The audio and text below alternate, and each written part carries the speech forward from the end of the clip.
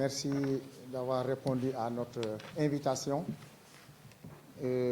Avec votre respect, je viens vous lire le communiqué de presse relatif à la situation qui s'est passée durant cette semaine. L'Union nationale des chambres de commerce, d'industrie et d'agriculture du Sénégal a pour attribution principale de représenter et de suivre les relations avec les instances auxquelles appartiennent les 14 chambres du Sénégal. Ceci au bénéfice exclusif du secteur privé national. Sur le plan international, ce rôle de premier plan est assujetti aux cotisations contractuelles et afférentes. M. Serigne Mboup a été élu par ses pairs à la tête de cette institution en 2015, soit 8 longues années. Aussi, M. Mboup, bénéficiant de l'aura de notre pays sur le plan international, a été élu en 2017 président de la zone Afrique de l'Ouest de la conférence permanente des chambres de commerce africaines et francophones, CPCAF, et donc vice-président de cette prestigieuse et importante organisation interconsulaire dont le siège est à Paris. À ce titre, il est censé coordonner les projets et programmes des 10 pays de l'Afrique de l'Est. À ce jour, l'Union nationale des chambres de commerce, d'industrie et d'agriculture de Dakar, du Sénégal, reste devoir des arriérés de cotisation à des structures internationales au sein desquelles elle représente le Sénégal. On peut citer notamment le CPCAF, qui est une structure aujourd'hui cinquantenaire, car créée à Dakar en 1973 par des illustres chefs d'État, président Senghor, président Houphouët-Boigny et président Bourguiba, qui a officiellement notifié la suspension de l'Union par défaut de cotisation à partir du 11 mai, c'est-à-dire après-demain. Pour rappel, le CPCAF est un vaste réseau de coopération économique et institutionnelle auquel le secteur privé de l'espace francophone au sein duquel 30 pays, dont 25 africains, sont représentés à travers 120 chambres consulaires, ce qui devient un espace très important. Cette décision alors de suspension intervient à la veille du cinquantenaire de cette prestigieuse institution. Et rappelez-vous, si les cotisations étaient versées régulièrement, cette cinquantenaire aurait eu lieu à Dakar. En outre, durant son mandat de 3 ans à la tête de la zone Afrique de l'Ouest, de cette importante structure internationale qui est la conférence permanente des chambres consulaires africaines et francophones, il n'a tenu de réunion aucun à caractère sous-régional, ni mené aucune activité d'envergure, le président.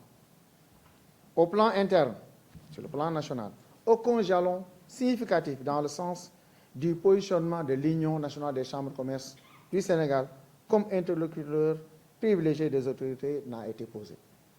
Je dis que donc l'institution consulaire au niveau national, on peut considérer que n'a fait aucune activité depuis que le président de la Chambre nationale a été élu en 2015. Fort de tous ces manquements et constatant ces nombreux dysfonctionnements, 7 présidents de chambres de commerce, dont Ziguinchor, Saint-Louis, Kolda, Dakar, nous sommes, Louga, Tambacounda et Kaffrine, pour redonner à l'Union son lustre d'antan, comme vous le savez, ont pris leurs responsabilités en demandant à l'autorité par lettre en date du 31 octobre 2022 de convoquer une assemblée générale extraordinaire avec pour seul point de l'ordre du jour le renouvellement du bureau de l'Union nationale des chambres de commerce et d'industrie du Sénégal. Notre ministre de tutelle, privilégiant le dialogue et la concertation, le ministre du Commerce, et pour apaiser ce climat délétère, a préféré d'abord faire une médiation entre les différentes parties pour une solution de sortie de crise.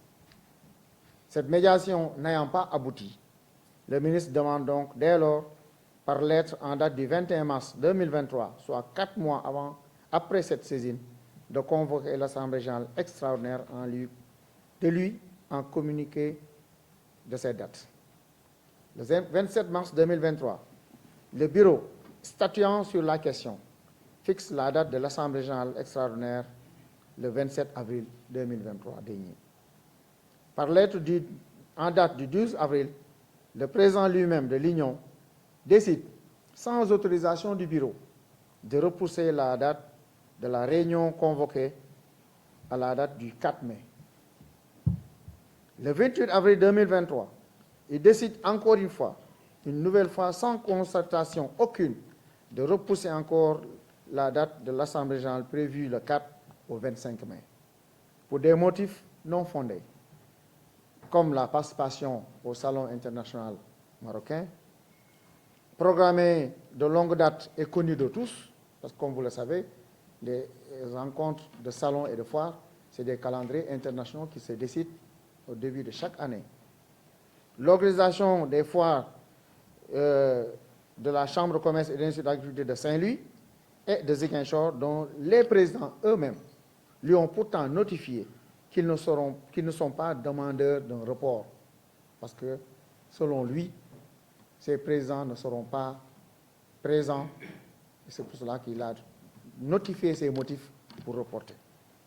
Les 7 présidents demandeurs de la tenue de l'Assemblée générale extraordinaire, constatant le dilatoire du président et n'acceptant pas cette démarche, ont décidé d'être présents à l'Assemblée générale extraordinaire du 4. Donc, ils ont refusé catégoriquement le report du président.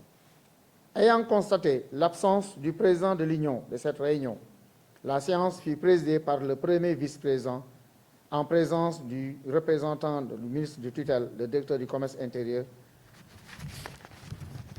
dont lui-même, représentant du ministre, constatant que le quorum n'étant pas atteint, proposa à l'Assemblée générale de renvoyer la réunion sous quinzaine en application des textes réglementaires.